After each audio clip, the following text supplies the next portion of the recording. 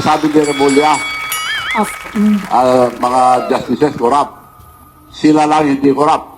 Ibig sabihin. So, Kayo po ba naniniwala? hindi ko paniwala. Pag-usapan po natin ngayon, isang bagay na napakalayong nangyari sa Pilipinas, ang paglusob at pagkidnap ng Amerika sa presidente ng Venezuela na si Maduro.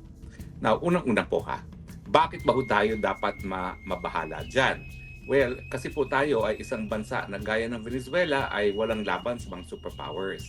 Ang nangyari po dyan sa Venezuela, linusob ng Amerika ang Venezuela at kinidnap ang kanilang presidente dahil di umano siya ay isang drug lord.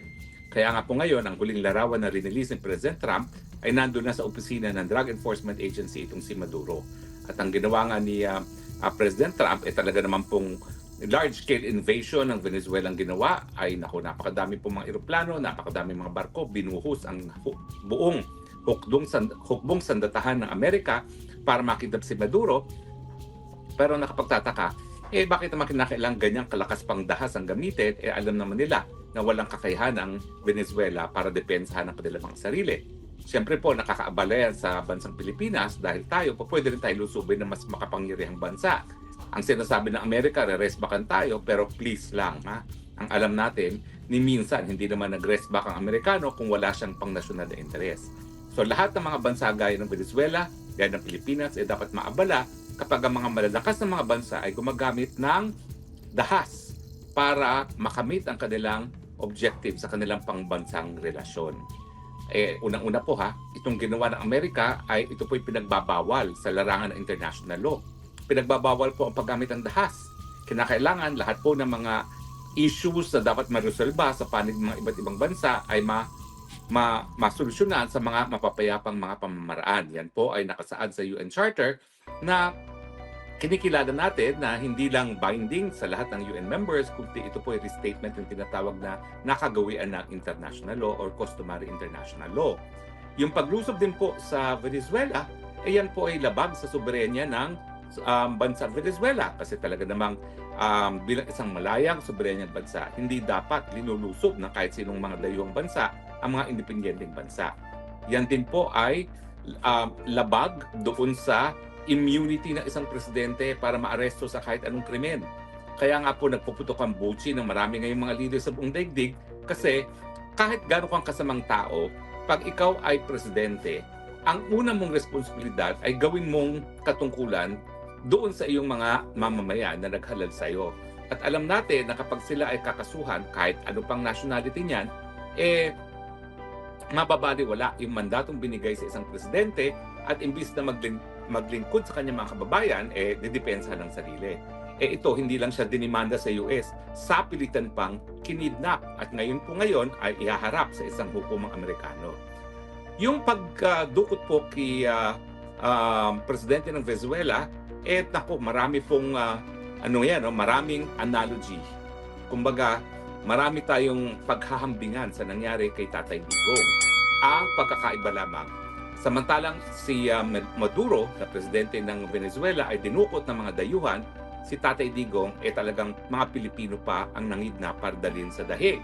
Pero siyempre, habang tayo po'y tumututol sa paglilitis ni Tatay Digong sa isang hukuman, dahil ito ay paglabag sa soberenya ng bansang Pilipinas, ganyan din ang pagtutol ng mga sambayanan ng Venezuela kasi kung totoo na engage sa drug trafficking kanilang presidente, dapat yung bansa nila ang maglitis dyan. No? Ang ginagawa ng Amerikano kasi yung batas niya ang laban sa droga, binigyan niya ng extraterritorial application. Mantakin ninyo, binigyan niya ng visa miski hindi na sa teritoryo ng Amerika na nagpapakita talaga na ito'y lumalabag, hindi lang po sa soberenya, ito'y talagang lumalabag doon sa sovereign equality of states kasi lumalabas na mas malakas talaga na di hamak ang Amerika at sa larangan ng international law, pinakita ng Amerika sa paglusob sa Venezuela at pagdukot sa presidente ng Venezuela na might is right, na hindi naman po dapat. Kaya nga tayo nagkakaroon ng batas para magkaroon naman ng pagkapantay-pantay ang mga bansa. Mahirap, mayaman, maliit, malaki. Sa mata ng batas, dapat tayo pantay-pantay. Pero yan po ay binasag ng Amerika ngayon at pinatunayan na kapag ikaw ay makapangyarihan, pwede mong baliwalain ang mga batas. So ngayon, ang epekto niyan, wag dapat magreklamo ngayon ng Amerika. kapag ang Russia ay tuluyan ng lumusob hindi lamang sa Ukraine kundi sa iba't ibang parte pa ng Europa kasi ginawa rin naman yan ng Amerika. Ang China, kapag tayo linusob ng China dahil sa Taiwan, dahil tayo ay nagpagamit ng teritoryo natin sa ang mga Amerikano pag sila naggera para protektahan ng Taiwan, ayan. Di ba po, paano tayo magrereklamo ngayon kung hindi tayo magsasalita na mali ang nangyari sa Venezuela, samantalang yan din ang kinatatakot natin na isang mas malakas na bansa ay pwede tayong lusubin, no? At kunin ang ating teritoryo gaya ng ginawa ng Amerika. So ngayon, wala na pong pretension sa Amerika. Hindi po good guy ang Amerika. Balik tayo sa panahon ng colonialism. Balik tayo sa panahon na might is right. Kita nyo, ang kasaysayan naman ng mundo, yung mga mayayaman at malalakas na bansa, sinakop at sapilitan, kinuha ang tanging yaman ng mga bansang linusob nila. At yan naman po talaga ang motibo ng Amerika. Huwag po kayo magpalindang. Sasabihin nila, ito'y kabahagi ng war on drugs ni President Trump. Pero ang katunayan po, ang Venezuela ang pinakamalaking oil reserve sa buong daigdig. Sa panahon na naghahanap ng alternatibo kung saan kukuha ng langis sa Amerika dahil nga po nakikipaglaban sila sa Russia, obvious na intensyon talaga ng Amerikano ay kunin yung langis ng Venezuela. Ngayong ang Russia ay sinasanction nila, no? Kasi alam naman natin na kapag nagkulang ang supply ng langis sa Amerika, talaga naman pong mapipilay ang ekonomiya. Ngayon, hawak na ng mga Amerikano ang pinakamalaking oil reserves sa buong daigdig. Mas marami pa sa oil reserves po ng Saudi Arabia. Yan po talaga ang totoong motibo. Bagamat ginaya ni President Trump yung war on drugs si Tatay Digong, pero sa katotohanan lamang, ano ba naman ang kinalaman ng Venezuela doon sa pagiging addict ng mga Amerikano? Number one na ginagamit sa Amerika naman po ay fentanyl, no? At ang cocaine, hindi naman po number one na pinanggagalingan ng cocaine ng Venezuela. Colombia po at ibang mga Latin American countries ang talagang pinanggagalingan ng karamihan ng cocaine na ginagamit din ng mga bangad dyan sa Pilipinas. So wag po tayo magpaninla. Linusob ang Venezuela dahil sa kanilang langis, dahil kinakailangan ng mga Amerikanong langis. Ang palusot ay pinanggagalingan daw na pinagbabawalan na droga ang Venezuela, pero gaya ng paglusob nila sa Iraq noong mga panahon na linusob din ng Inglaterra at saka ng Amerika ang Iraq, ang motibo palagi po ay langis. Kaya kung ako'y may access sa US stock market, mag-i-invest na ako sa mga oil companies, lalong-lalo na yung mga oil companies na nalilink kay President Trump, dahil sigurado ako na yung mga cronies ni President Trump na nasa industriya ng langis ang siyang makikinabang sa paglusob at pag-occupy ngayon ng Amerikano ng Venezuela. Pero wag po kayong makakalimot kung nagawa nila ito sa Venezuela, pwede mangyari rin yan sa Pilipinas.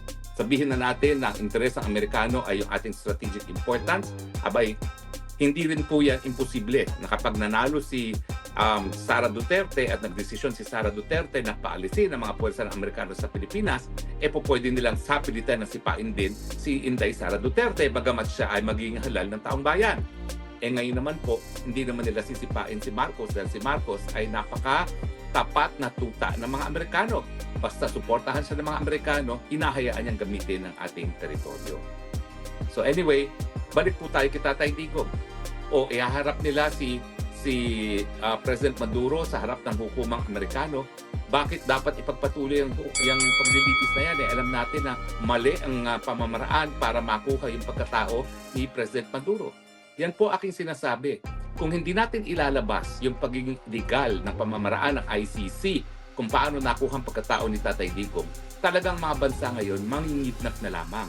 At dahil ito'y ginawa ng mga Amerikano, ay nako, hindi po imposible na anytime now, ang mga Ruso naman ay kikidnapin ang mga judges ng ICC dahil nga po, pinatunayan ng Amerikano ngayon na ang pinakamalakas na bansa sa buong daigdig wala siyang pakialam sa batas.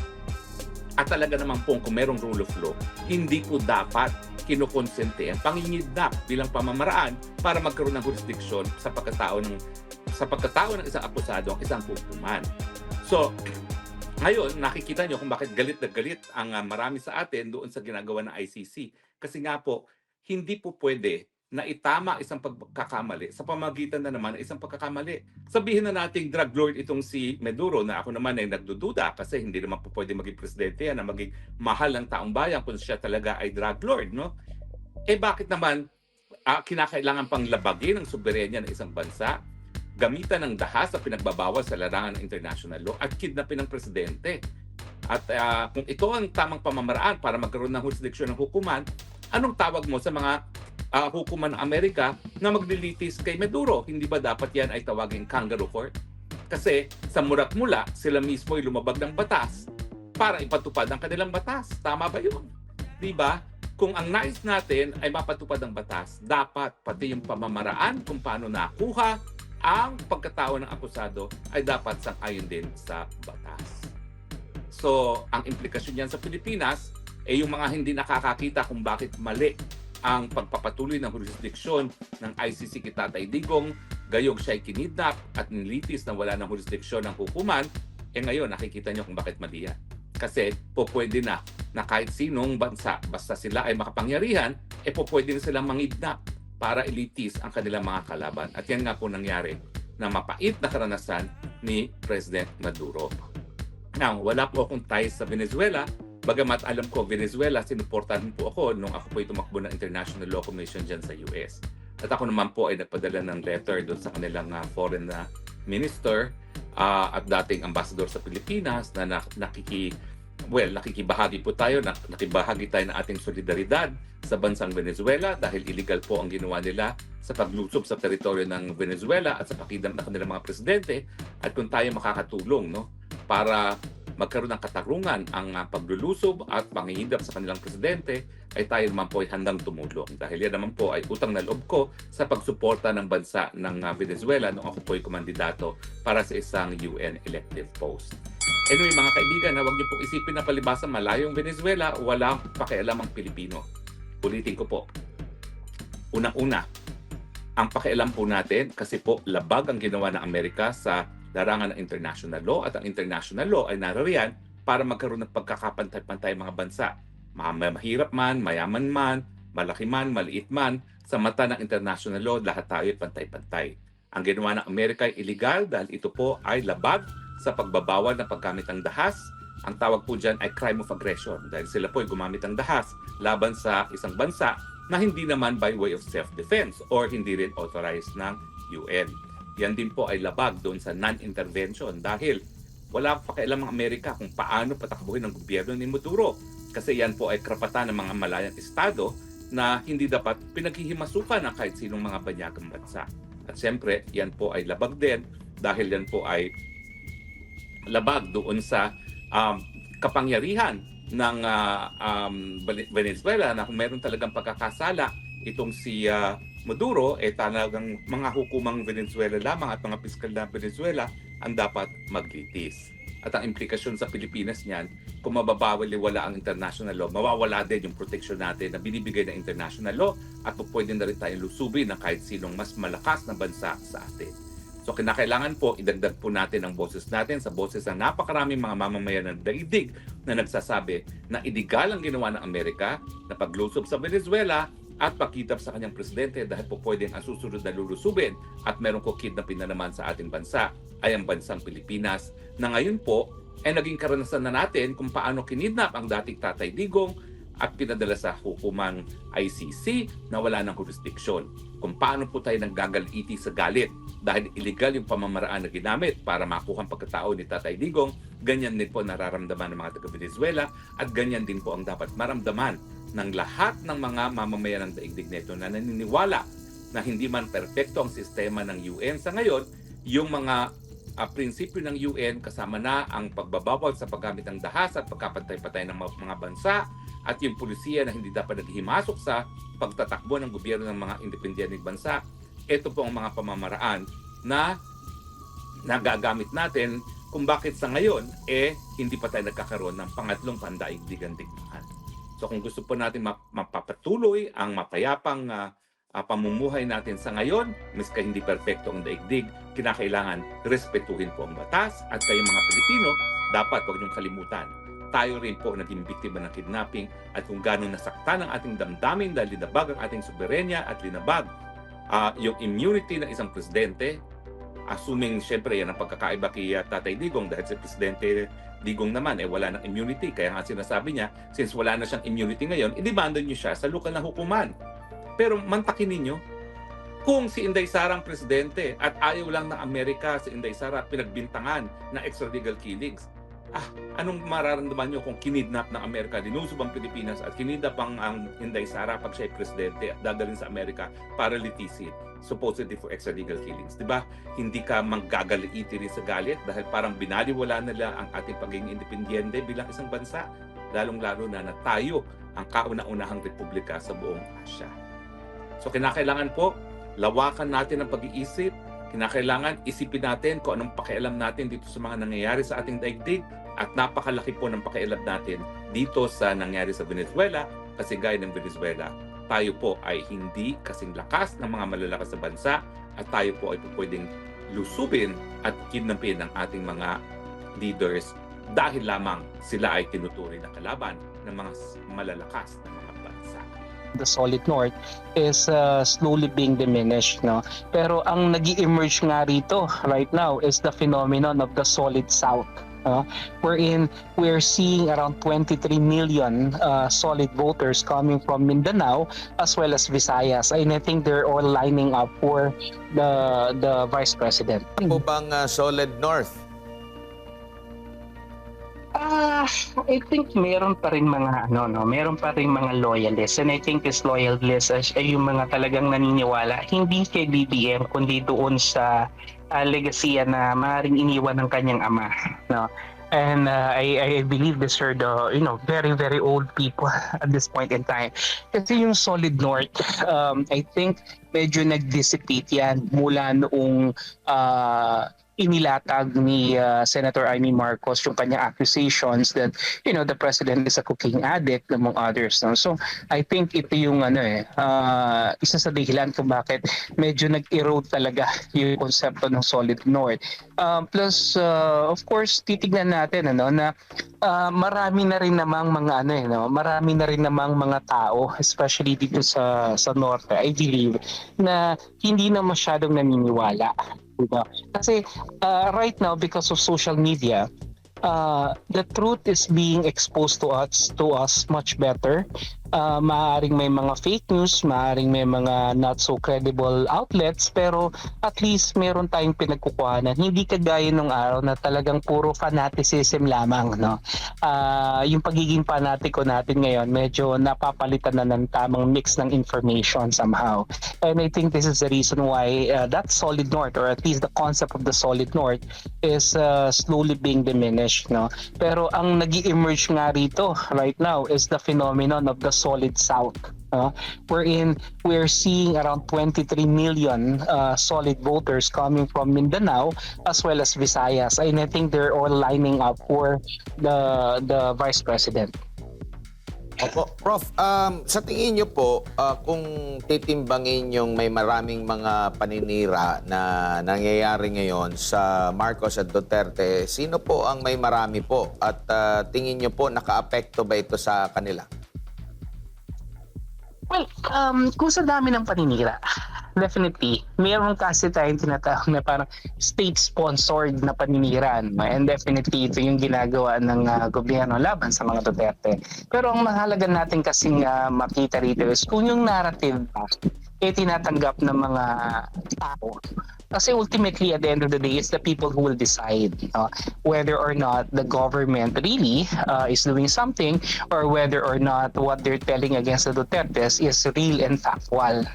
And dito nga, nakikita natin, kahit naman sa social media, kahit siguro gumawa lang tayo ng mga informal surveys, makikita natin that they are not in agreement with the narrative being given to us by Malacanang, precisely because lives of the people are being sabihin na natin compromised here.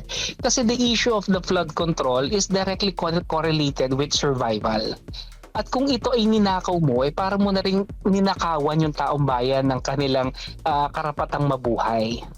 Not to mention that this issue of flood control is also correlated with the systemic corruption that is happening. Syempre mas lalo nakakagalit ito, no? At mas lalo nakakagalit kung meron tayong isang pangulo na mas pipiliing protektahan yung kanyang mga kaalyado kesa manindigan para doon sa katotohanan at ipaglaban yung taong bayan. Kaya ito yung hindi natin na hindi maintindihan ng marami sa ating kababayan, no? So I think between state-sponsored na mga paninira, no, being created by the government at yung perception ng taong bayan doon sa narrative, no, I think mas mabigat pa rin yung nangyayari at yung appraisal ng mga tao doon sa ginagawa ng gobyerno o doon sa hindi ginagawa ng pamahalaan. Opo, and natanong ko rin yun dahil nga po si Vice President Sara Duterte talagang halos buwan-buwan merong mga ginagawang mga issue o di kaya ay mga paninira laban sa kanya. Pero nagsimula ito nung nagkahiwalay na ang unit team since 2023 pa ata. Pero hanggang sa kasalukuyan po, kung pagbabatayan po natin ang mga survey, nananatili pong siya ang mataas po, Prof, no? Ang dami pa nitong mga paninira. Saan kaya humugot ng magandang puntos ang Vice President po, Professor, sa kabila po nitong mga aligasyon laban po sa kanya? Well, basically, no, because I think number one, yung mga allegations sa kanya kasi were already decided upon by the COA a long time ago. It's just that the critics of the Vice President couldn't fathom the idea that there was already a decision made and that they will still continue to bark on the idea that the Vice President is corrupt. That's why they're going to continue with the impeachment. But we all know that the impeachment that was filed and that will be filed again is not really because of accountability. You know, this is not about that. It's basically because of political maneuverings, because they know that the Vice President is the biggest threat, so to speak, to their desire to actually be in power, whoever it is, whether it's BBM Allied Forces or whether it's the Pinks or the Yellows or the Liberal Party. They know that the biggest stumbling block to their desire to have the power is the Vice President, and so they're going to do everything, in their right or in their power to actually create the noise against the Vice President. And I think maganda yung ginagawa ng Vice President that she is not really she's not really kumbaga hindi siya nakikipagtapatan dito sa kanilang mga ginagawa, and I think the public realizes that, na patuloy siyang binabanatan, patuloy siyang tinadown, patuloy siyang tinitira nitong mga kanyang kalaban, pero siya nananatili lamang siya doon sa kanyang posisyon. She's just doing her job, she's doing her work, and basically that's it, kasi kung titingnan natin, maybe the Vice President may not be doing anything so significant at this point. But the problem here is that the government is really doing a lot of bad things, to the point na kahit walang masyadong ginagawang maganda yung Vice President, sa sobrang sama ng gobyerno, talaga namang sino bang pupuntahan ng taong bayan, di ba? So that's basically it, and let's face it, yung presidente pa rin naman ang talagang may control, because the Vice President is just a president in waiting. Nag-aantay lang naman yan kung may mangyayari sa Pangulo, kung halimbawa siya yung papalit, and in this case, the ball, the control, the resources, everything is really within the disposal of the president. So if the president is not performing well, and we know for a fact na hindi na sila magkaalyado at hindi na sila magkakampi ng Vice President, maliwanag, sensitize yung Vice President doon sa mga kapalpakan ng gobyerno, because they're not together anymore, diba? So yun yung nakikita maaari ng taong bayan. Kahit na paulit-ulit yung mga pambabanat nila sa ating Vice President, still, nananatiling mataas yung kanyang rating, primarily because this government is doing a very, very poor job in governance, in addressing poverty, in addressing the socio-economic conditions. And I think that's the reason why sumasadsad sila at umaangat naman yung ating Vice President. Sa napipintong pagbuhay muli ng impeachment laban sa pangalawang Pangulo, sa tingin niyo po, makaka-apekto pa ito sa political capital po ng pangalawang Pangulo po? Well, if their goal primarily is to file the case and if it will go to the Senate, no, ang syempre merong pa ring somehow effect ito, no. Kung sakali man na hindi siya talaga makukonvict at siya ay makakapagpatuloy sa kanyang pananagutan, syempre maaaring may mga kababayan tayo na makikinig doon sa trial at maaaring mabago yung kanilang perception, di ba? So definitely merong effect yan. No? So if the goal was just to create some kind of political noise, to create a dent on her presidential bid, merong effect yan definitely, because impeachment is a political exercise. But then again, if we are going to look at the brighter side, maaari rin kasing isang magandang avenue itong impeachment na to para once and for all the Vice President could silence her critics, you know. And I believe that the defense team of the Vice President prepared long and hard for this, and that they're just waiting for the right opportune time para ipamukha dito sa tamang venue, no, kung ano-ano ba talaga yung kanilang mga bala laban dito sa mga kanyang kritiko. And I think it could work both ways, no, depending on how the public will see it. Pero I believe the impeachment could also be a good opportunity for the Vice President to lay down her cards, no, and to make the public really understand that all these accusations are baseless, that all these accusations do not should not render any kind of attention. Rather, it's purely political. And syempre, kapag ka nagkaroon ng impeachment, syempre magkakaroon na naman tayo ng kumbaga parang panibagong diversion na naman, na instead na yung ating mga kongresista, mga senador is focus on creating laws and bills, no, that will uplift the conditions of the people, maantala ito, no, kasi ang focus na naman natin is impeachment. So again, the public perception as to, is this something that we need? Is this something that will make our lives better? Diba? Maaring maapektuhan na naman ito negatively yung administration. SMNA News. Happy New Year, sir. Sir, ngayong morning, hinuli po ng PNP si retired General Romy Pokis dahil po may panawagan po and may mga criticisms against the current administration. Anong comment mo doon, sir? And meron po kayong open letter to the Armed Forces of the Philippines. Baka po masamain nila, sir. At kailan Ginagamit lang po ang mga pulis at taga-military para huliin who is against them. Kung sino man ang pumunta sa kanila, tinatakot nila, kinukulong. Kaya kinulong na, hinaresto si General Pugis dahil nagsasalita na against them. So lahat, gusto nilang bawalan lahat na magsalita. Sila lang ang tama. Ang gusto nila, ang pagnanakaw ng kapanambayan, sila ang nanghuhuli sa lahat. Ito lang example, dalawa, si Diskaya, nagsasabi ng totoo. Kinulong na.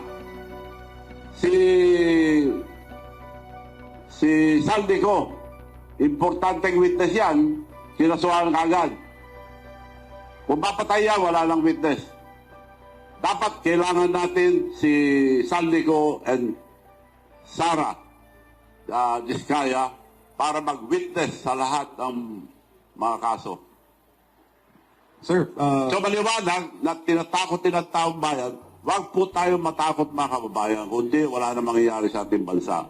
Anong sinasabi nilang 500? Hindi na magkasya ang gastusin ng 500 sa isang araw-araw. Nagbigay yata sila 500. Hindi na po magkasya ang 500 sa pagpakain ng ating pamilya sa isang araw.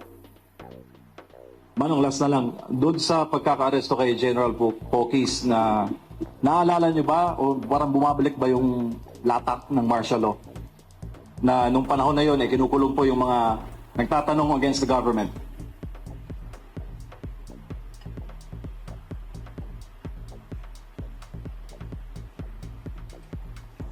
Ganun nga, kinukulong nila lahat, yung mga umangal. Siguro, baka gusto nila mag-declare martial law. Kung mag-declare sila martial law, hindi na papayag ang taong bayan. Thank you, Manong. Ibig sabihin, kasabot ng mga sundalo. And I'm still hoping sa one-time, big-time rally, I'm still hoping mga uniform men sasama yung mga iba. Kasi maliliit. Kaya yung mga pulis na utusan, nahaharang sa mga pupunta sa Malacanang, huwag niyo pong harangin dahil ninakaw na ang kontribusyon niyo. Yung mga PhilHealth, ninakaw na para may nakawin lang. Tinanggal. For the first time ever in the history of the Philippines, PhilHealth, zero. Ninakaw. Kinuha para sinamang ninakaw. Left and right ang pamimigay nila ng pera. Ang liwanag na yun. Harap-harapan, bastusan na. Hindi naman tayo papayag na Pilipino, gano'n na lang gagawin sa atin. Mga kababayan, lalaban po tayo. And I'm sure, kaya sinabi ko, hindi tayo paubayan ng ating Panginoon dahil nasa ating katotohanan. Thank you, Manong. Isa lang po. Ano pong opinion ninyo sa mga sunod-sunod po na Iza Aldana po o Philippine Insider News? Ano pong masasabi po ninyo na yung mga nalilink po sa ating flood control projects tulad nila Cabral na medyo meron po tayong mga death na mga incidents po? Ano pong opinion po ninyo? Kailangan maimbestigahan yan. I don't believe na nagpakabatay yun. Una-una, takot sa height yun. May tumawag sa kanya na pumunta ron. At nagbalik-balik doon na may tumatawag na punta ka ron. Palagay ko tinulak. Dahil siya magsasabi, yung mga, ang balita ko, siya nakakalam. Lahat yung mga kalukuhan. Hindi nila magagawa yan kung walang blessing ang Malacanang. Hindi magagawa ang public works and highways lahat yan kung walang blessing ang Malacanang, maliwanag yan. Gob, good morning. Val Gonzales po, DZRH. Yung inisa-isa ho ninyo kaninang flood and infra projects na nakita ninyo dun lang sa Ilocos Norte. Ito yung nailista ko, I don't know kung tama yung nailista ko, pero antay kong banggitin nyo kahit rough estimate lang po kung magkano ho yung nabanggit na mga flood control infra projects na manomalya. Nasa listahan. Nasa listahan yun, on record lahat. Lahat ng linabas ko rito, nasa listahan. Yung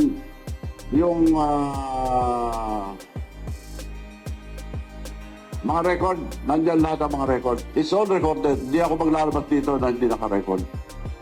Opo, sige, kunin po namin. Public. Nasa public na yan. Kunin po namin mamaya yung Yes, estimate kung ilang projects at kung magkano yung projects. Then, ang last... At saka time and date ang pagkatapos. Nandyan lahat. So yan ang ebidensya na kakalukuhan ng mga projects sa Ilocos Norte. The hometown of the president. So it happened all over the country. Example na lang sa bayan niya mismo, kaya ginawa na lahat. Kaya naglakas loob din yung mga engineers na gumawa dahil utos sa kanila para makapag-produce ng pera. Ang sistema, ibibigay yung project at babayaran nila diskaya kagad. At yung project, babayaran naman kagad. Kagaya sa Ilocos Norte, lahat ng project na yun, bayad na in advance. Advance payment. Si mismong diskaya nagsabi, advance payment. Kaya kinukulong nila eh. Last na lang, Gob. Yung rally, one-time, big-time rally na sabi nyo, kinakasan ninyo, kakausapin nyo yung mga religious sector at lahat ng galit sa korupsyon. Sa tingin nyo ba, Gov, ay mas makabubuting ito'y taon sa February, sa buwan ng February kasi yung 40 years na sinasabi ninyo ay nangyari din ho nung February 1986. Nasa grupo yan dahil I will not decide for the date. Ang pagde-decide, yung religious organizations and the opposition, lahat na nagmamahal sa ating bansa, tatawagin ko lahat at tawagan nyo na rin ako, makikiusap ako na sila mag-decide ng date. I would prepare yung kabataan ang magsabi ng date para kasi dapat kasamang kabataan dito dahil ninakaw ng ang future ang kabataan. And I remember very well yung sinabi ang national hero natin. Sa dami na sinulat, isa lang ang ano ko sa utak ko. Ang kabataan ang kinabukasan ng ating bansa. Yun ang sabi nung sa Rizal.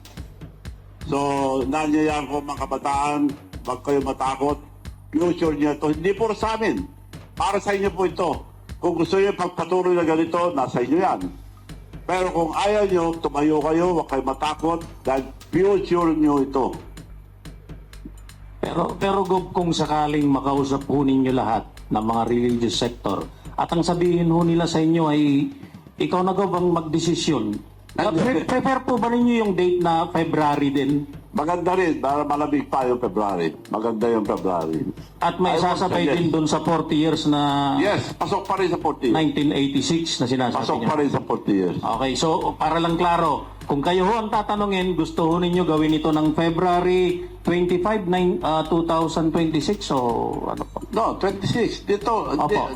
hindi na... Hindi, February, anong date po? Kung kayo po yung pagdidesisyonin. Ako gusto ko ASAP ngayon na eh. Pero depende kung anong gusto doon mga grupo. Kung February. Okay, thank you, Gob.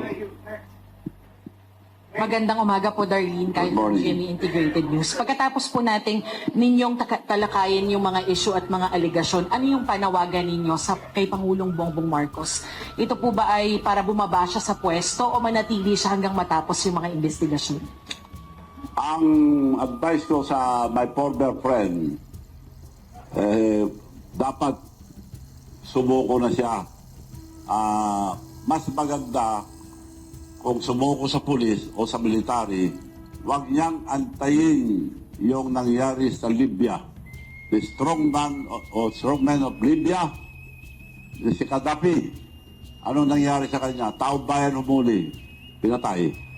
So, Bongbong Marcos, my former friend, kausapin mo ng military o police, better surrender. Wala kang ligtas dito. Hindi ka makakaligtas. Ang laki yung ginawa niyong kalukuhan. Imposible mapagtakpan niyo to. Imposible. Hindi naman bobo lahat ng Pilipino. Ang liwanag, maliwanag pa sa buwan. Hindi tayo papayag yan. Hindi papayag mga Pilipino. I'm dead sure. Karamihan ng Pilipino lalaban. Last na lang po, yung sa one-time, big-time rally, meron na po ba kayong nakausap na personalities o mga grupo na nag-commit na sasama? Wala pa. Pero ang sisiguro ko marami sasama. Salamat po. Hi po, Gov. Good morning. Jalice Navida po of Bulgar. Gov, with the recent issue po sa Venezuela, kung saan dinampot at ikinulong yung kanilang President and First Lady, sa tingin niyo po ba posible rin po itong mangyari sa Pilipinas at ano po yung nakikita niyong magiging consequence? Yeah, possible. Kung hindi na raw uli, ibig sabihin, hindi gagalaw ang military, may ibig sabihin yan, bakit di sila hindi gumagalaw? So, kung mahirap pumasa, palagi ko naman, nakikiusap ako sa mga military police. May mga anak din kayo. Dapat, I would suggest, na from now on, mag-usap-usap muna kayo to General Browner. Lahat ang general ng military, mag-usap-usap po kayo bago kayo patawag sa Malacanang. Mag-isip po kayo mabuti. That is my only suggestion. Also the police, headed by General Tatay Nartates, mag-usap-usap kayo mga general bago kayo patawag sa Malacanang. Makakala another maglalagay uli sila pagka tinawag kayo sa Malacanang. So mag-usap-usap muna kayo. Ang suggestion ko lang, mag-usap-usap kayo, isipin nyo ang kinabukasan ng ating mga anak. Isipin nyo ang ating nasyon. Kung wala kayong malasakit sa Pilipinas, ibang klase na yon. So isipin nyo mabuti kung sasama kayo sa mga kurap o sasama kayo sa ikabubuti sa ating bansa. So suggestion ko lang po yun, and you are welcome to join us in that rally. Dahil hindi naman natin policy eh. Wala tayong babayulit na konstitusyon. Sabihin nyo lang, ayaw nyo grapeng korupsyon in public. Baka mamaya press ko lang, depende yun. In public. They should announce na ayaw nilang nangyayari. Kung hindi, may ibig sabihin yan, involved din sila sa korupsyon. Apo. And another question po, any reaction po doon sa binitiwang statement recently ni Remulla na even the justices and judges are corrupt?